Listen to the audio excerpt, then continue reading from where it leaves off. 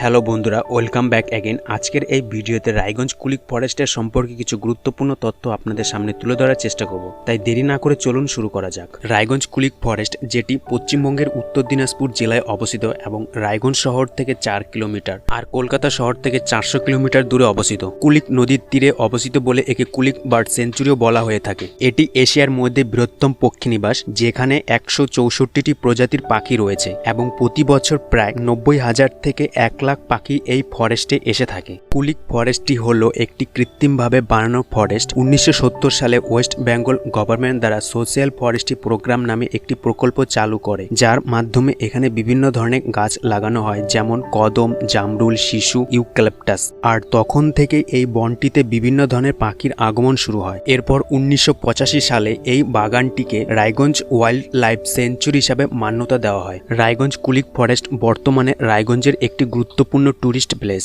বর্তমানে প্রতি বছর ভারত সহ পৃথিবীর বিভিন্ন প্রান্ত থেকে বহু মানুষ এই কুলিক ফরেস্টে ভিড় করে পাখি দেখার জন্য।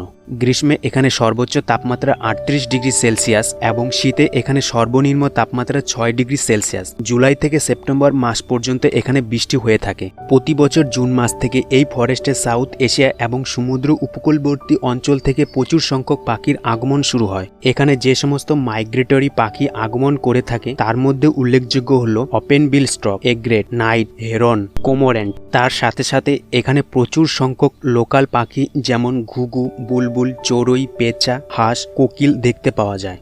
এই ফরেস্টটির বর্তমান আয়তন 1.30 বর্গ কিলোমিটার। একে দেখতে অনেকটা ইংরেজি আলফাবিট ইউ এর মতো। এই ছিল রায়গঞ্জ কুলিক ফরেস্টের সম্পর্কে কিছু গুরুত্বপূর্ণ বিবরণ।